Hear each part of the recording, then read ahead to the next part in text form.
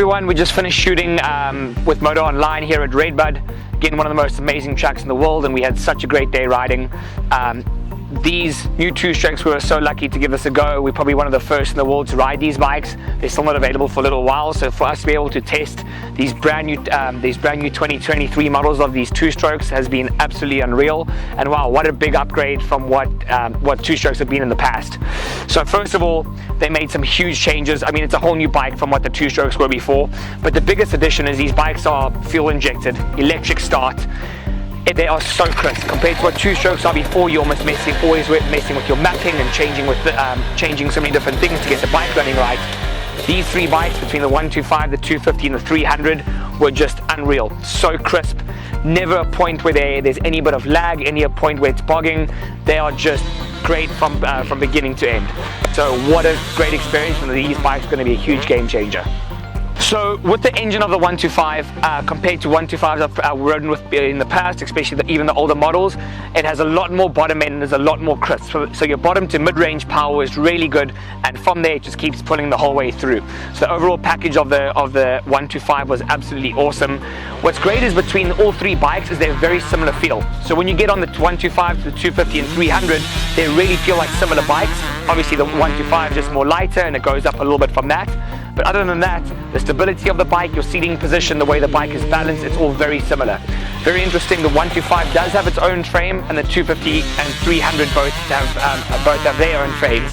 But like I said, very similar feel between the three bikes. With the 250, I felt that bike was awesome. Again, with the 250 compared to the 125, you could ride it in a little bit more of a higher gear.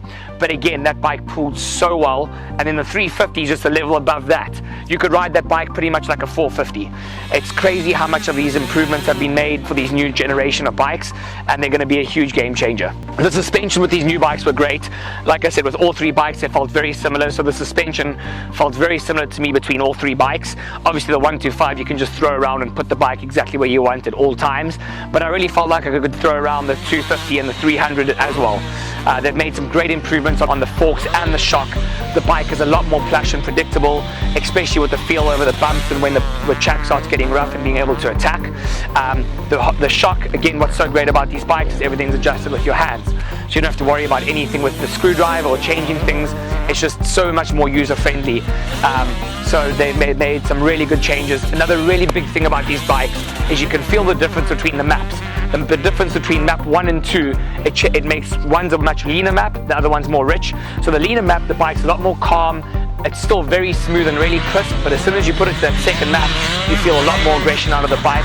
So it gives you two really big options to play with, which is great. So overall, these two-strokes were a lot more than what I expected. I didn't expect to have so much fun on the bikes. Obviously, I do love riding two-strokes, but these new generation of bikes are a really big game changer for the sport, and well done to KTM for keeping up their strides and keep working on these things to make them better and better each time.